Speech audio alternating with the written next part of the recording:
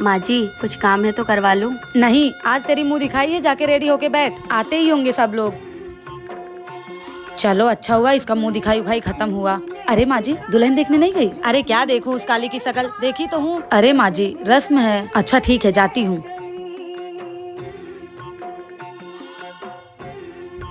पाए लागू मम्मी जी। अरे रहने दे, कोई जरूरत नहीं है। पैर छूने आई हैं। क्या देखूं तेरा काला चेहरा, देखी तो हूँ अब सगुनी। सही बोलूं तो तुझसे शादी करके फंस गई 10 लाख रुपए के चक्कर में। ये सब छोड़, चल अब घूंघट ऊपर कर। हे भगवान, ये देखो कहाँ मेरा बेटवा हीरा जैसा और कहाँ ये कोयले की खदान। अच्छा ये ले गोरे होने की क्रीम, 6 महीना साल भर लगाएगी तो गोरी हो ही जाएगी। सुबह शाम लगाना है और डेली लगाना ताकि इस परिवार से घुल मिल जाए। और कपड़ा उपड़ा उतारना नहीं अभी, और घर के लोग बाकी हैं अभी। जो लोग अपने बहू के साथ ऐसा करते हैं उनके साथ क्या करना चाहिए कमेंट बॉक्स में जरूर बताएं।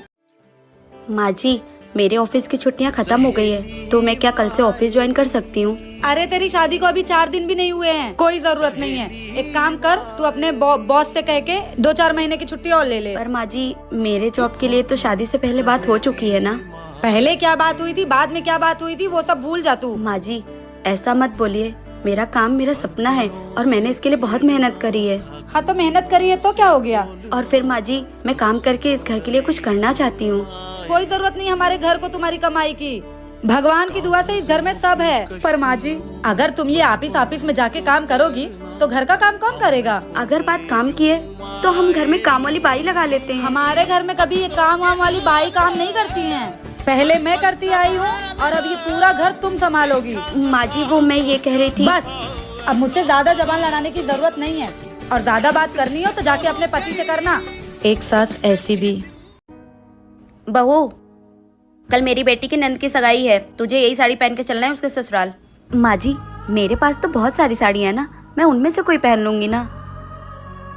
पर माँ जी ये साड़ी बहुत भारी है, ये मैं नहीं संभाल पाऊंगी। मैं एक काम करती हूँ, मेरे पास जो साड़ी है मैं वही पहन लेती हूँ, इसे आप रख लीजिए। हाँ मुझे पता है कि तेरे पास 200 रुपए वाली बहुत सारी साड़ियाँ हैं, लेकिन तू वो सब नहीं पहन कर जाएगी। जितना बोल रही हूँ उतना सुन, यही साड़ी पहन कर जाएगी हमारे साथ। बहू तू क्या चाहती है?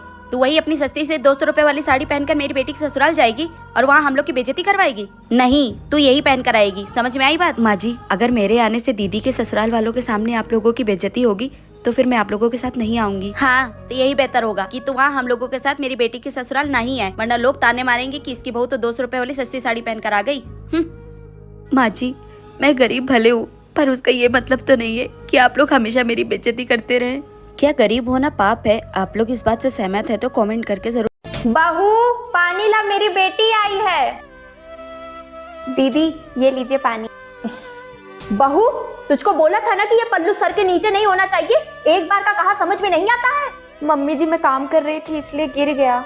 अच्छा तुमने आज फिर सूट पहन लिया, मना किया था ना मैंने कि मेरे घर में सूट नहीं साड़ी पहनना है। मम्मी जी साड़ी में घर का काम नहीं होता है। ज्यादा ड्रामा ना कर, अभी जाके साड़ी पहन। ठीक है मम्मी जी। माँ आपने भाभी के साथ सही नहीं किया, मैं भी तो सूट पहनती हूँ ना। तू मेरी बेटी है और वो मेरी बहू है, बेटी बहू में बहुत फर्क होता है, समझी? हाँ माँ आप सही कह रही हैं, बेटी बहू में फर्क होता है। और एक बात आप भी याद रखना, सास और माँ में भी फर्क होता है। अगर यही फर्क भाभी करना शुरू कर दी ना तो कल के आप ये मत कहना कि बहू मुझे माँ नहीं मानती।